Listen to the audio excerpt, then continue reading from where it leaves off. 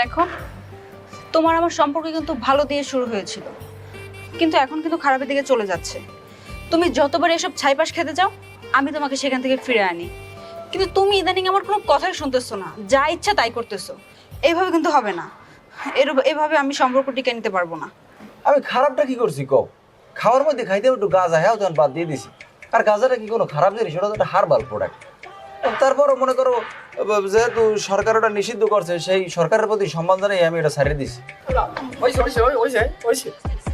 আপনার যা দিবে উদ্যোগ দিচ্ছে জানতে যা মাথা ভাত। গাঁজা আসলে- খাওয়া যাবে না, গাঁজা শরীরের জন্য ক্ষতিকর। এটা মানব দেহকে নষ্ট করিয়ে ফেলায়, মস্তিষ্ক শুকিয়ে ফেলায়। এটা অবশ্যই হারাম জিনিস। বুঝতে পারছেন? দেখো, তুমি কি দেখো, তোমার বন্ধু বুঝতে পারছে, বাট তোমার এই কথাটা আমি কোনোভাবেই বুঝাইতে পারলাম না। আমি এত কিছু জানি না। তুমি যদি সব ছাইপাশ না ছাড়ো, তোমার সাথে আমার রিলেশন রাখা সম্ভব না। এখানে ব্রেকআপ। কি করবে এখন ভাবো। হ্যাঁ, আমার বন্ধু ও খুব ভালো। আমার গাঁজা খাওয়া শিখেছি, আমার গাঁজা খাওয়াটা শিখেছি তো। তোমাদের সঙ্গটাই হয়েছে খারাপ। কথা বলে দিকে দিকে দিকে তাতে দিক এবারা ওই বজদুর মাইয়া নাই, হয় তা ওরা এখন বই কি হবে? সাফল্যের লাগে প্রেম করে। ও হেইয়া, তা এখন বই পুতুল খেলা চলে, তা মানুষের যা কয় খারাপ কয় না। না, ওই কারণে আমি চিন্তা করছি, আবার আমি না থাকলে বেগানা নারী পুরুষ এক জায়গায় দাঁড়াই থাকলে তো শয়তান মাঝখানে থাই। আমি এবার এমনি চিন্তা করছি, আমি এই নিয়ে খারাই দিয়েছি। এবার আপনি আমার খারাপ মনে করেন না, মানে শয়তানটা যেন ভিতরে না ঢুকতে পারে। না ঠিক আছে, তুমি কাকু। খুব ভালো।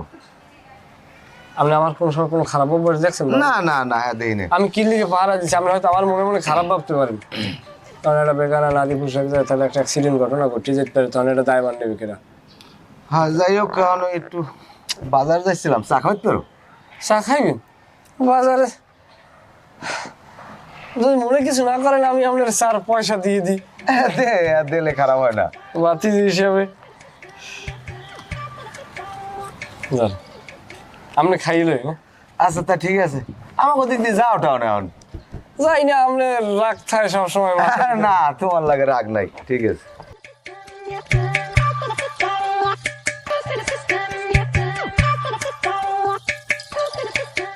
শালার পর শালা, আমার ঠা খাবি। এটার জাল তোর মাইয়ের দুটোই রাখি। না শহীদ তো কইছিলে যে ৯,০০০ ঠাউরিয়া যদি মাসখানে আগে টাকা দেন কাকু, হ্যালে আপনার ৯,০০০ করে দিব মনে। না এখন তুমি কইলে হ্যাঁ ১০,০০০ আমি পারবো না বাবা, আমার ইট লাগবে প্রায় ১,০০,০০০। এখন তুমি যদি আমার ৯,০০০ করে দাও, শহীদও কইছে, এখন বুঝতে দেই আর কি। আচ্ছা ঠিক আছে, ঠিক আছে, ঠিক আছে। কি অবস্থা, কেমন আছেন? এই তো আছি ভালো। কি ইট কিনবা? হয় কিছু ইট কিনে তুই আস্তে আস্তে কিনে কিনে আর কি জোগাড় হরি, এবার একটা বিল্ডিং ধরা লাগে আর কি। ও, তোমার লাগে ইট, আমার লাগে সিমেন্ট। যাই হোক, মাইয়ে জন্ম দিয়ে যে ছাড়িয়ে দিয়েছেন, একটু খোঁজ খবর তো লইবেন, মাইয়ে কমে যায় কি করে এগুলো